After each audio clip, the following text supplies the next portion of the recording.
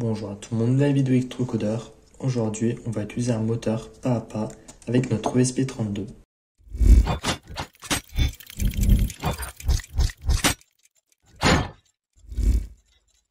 Donc les moteurs pas à pas, ce sont des petits moteurs généralement qu'on trouve dans des imprimantes ou en imprimante 3D. Ils sont utilisés dans ces domaines-là car ils sont redoutablement précis. On peut les piloter avec une très grande précision. Pour les contrôler, ils ont généralement cette petite puce ULN 2003. Ils sont souvent vendus dans un petit module comme ça, donc c'est plus simple à utiliser. Donc à présent, on va passer au câblage.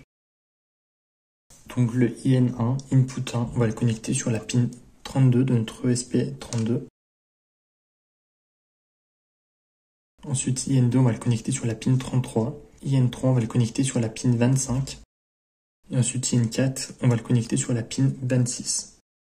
Donc voilà, là, c'est la partie communication avec notre moteur qui est établi avec ces 4 fils. L'alimentation de l'ESP32 peut être limite. Pour ça, moi, je vais utiliser une alimentation externe, comme j'ai déjà fait dans des précédentes vidéos. Je vais insérer le plus 5 volts et le ground sur une breadboard.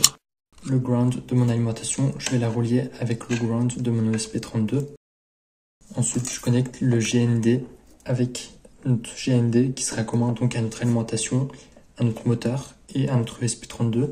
Et puis le VCC, donc je le connecte au 5 volts externe qui provient de mon alimentation ici. Donc voilà, c'est tout niveau câblage. Donc à présent, on va pouvoir passer au programme. Donc niveau programme, on va avoir besoin de la librairie stepper.py. Donc stepper.py, c'est un programme qui a été écrit. Je mettrai le lien dans la description pour que vous puissiez télécharger cette librairie. Et donc ici on a certaines informations, on peut regarder pour en apprendre un peu plus sur ces moteurs. Par exemple, on voit qu'un tour c'est environ 509 pas.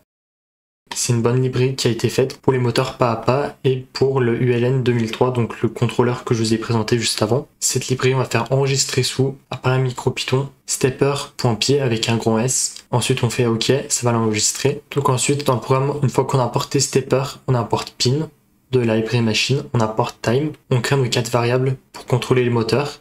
Ensuite on crée un objet, donc on fait stepper.create, on renseigne les 4 variables précédemment avec un délai d'1 seconde. Et dans le while true, on va faire avancer de 500 pas. Ça devrait faire tourner le moteur dans le sens des aiguilles d'une montre. Ici, moi, dans mon cas, le moteur tournait dans le sens inverse. Donc j'ai renseigné, donc ici j'ai écrit le sens anti-horaire. On attend 1 seconde après avoir terminé. Et puis cette fois, on va faire tourner notre moteur dans le sens horaire. Donc ensuite, c'est ce qui se passe en boucle. On fait tourner le moteur dans un sens, puis dans l'autre. Donc on peut faire exécuter, configurer l'interpréteur, ESP32.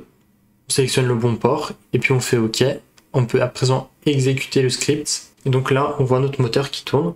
Là, donc il tourne dans le sens inverse. Et puis maintenant, il tourne dans le sens horaire, donc dans le sens des aiguilles d'une montre. Donc je fais des rotations pas à pas. Au lieu de faire step, on peut faire angle et renseigner un angle. Par exemple, tourner de 180 degrés ou de 360 degrés. C'est ce que je vais faire juste ici. Donc on va faire angle.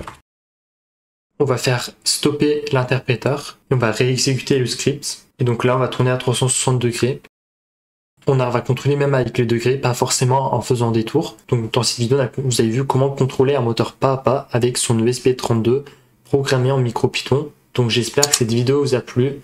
Si c'est le cas, alors vous pouvez vous abonner, liker, partager et commenter. C'était Electrocodeur. Ciao!